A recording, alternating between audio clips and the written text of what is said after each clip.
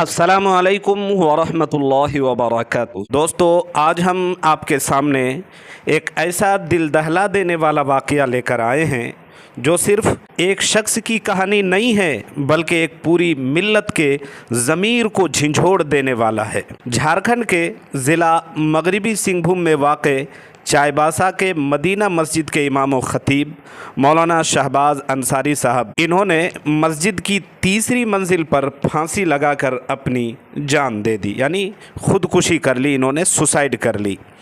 इनकी उम्र 31 साल थी। मौलाना मरहूम जो है, इनका ताल्लुक़, ये रहने वाले थे मगरबी सिंहभूम ज़िला के चकद्दरपुर के करीबी गांव महतोपाड़ा के ही ये थे, वहीं से ये ताल्लुक़ रखते थे।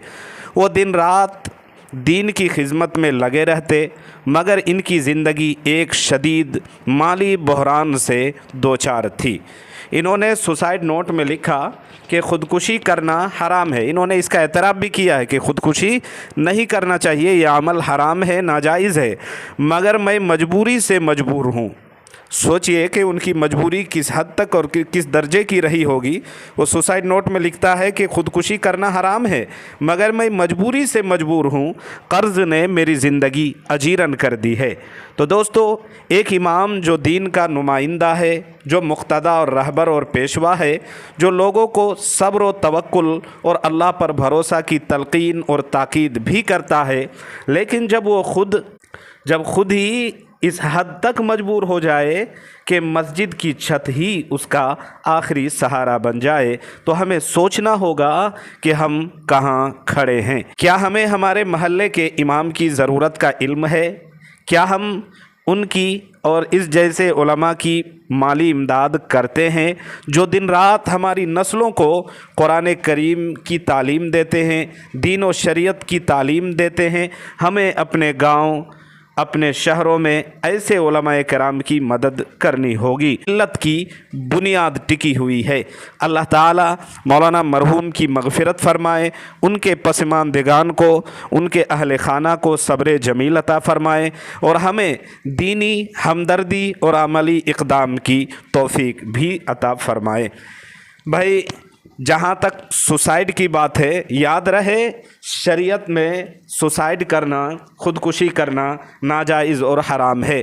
चाहे एक इंसान मजबूरी की किसी भी हद तक पहुँच जाए, उसकी मजबूरी कितनी ही बड़ी क्यों ना हो, उसके साथ कैसी ही परेशानी क्यों ना लगा हो, उसके साथ कोई मसला हो, कुछ भी हो जाए, बहर सूरत शरीयत का ये हुक्म है कि खुद से अल्लाह की दी हुई जान को ख़त्म करना, ख़ुदकुशी कर लेना, अपने आप को मार डालना, अपना ख़ात्मा कर लेना, ये अमल बिल्कुल भी जायज़ नहीं है।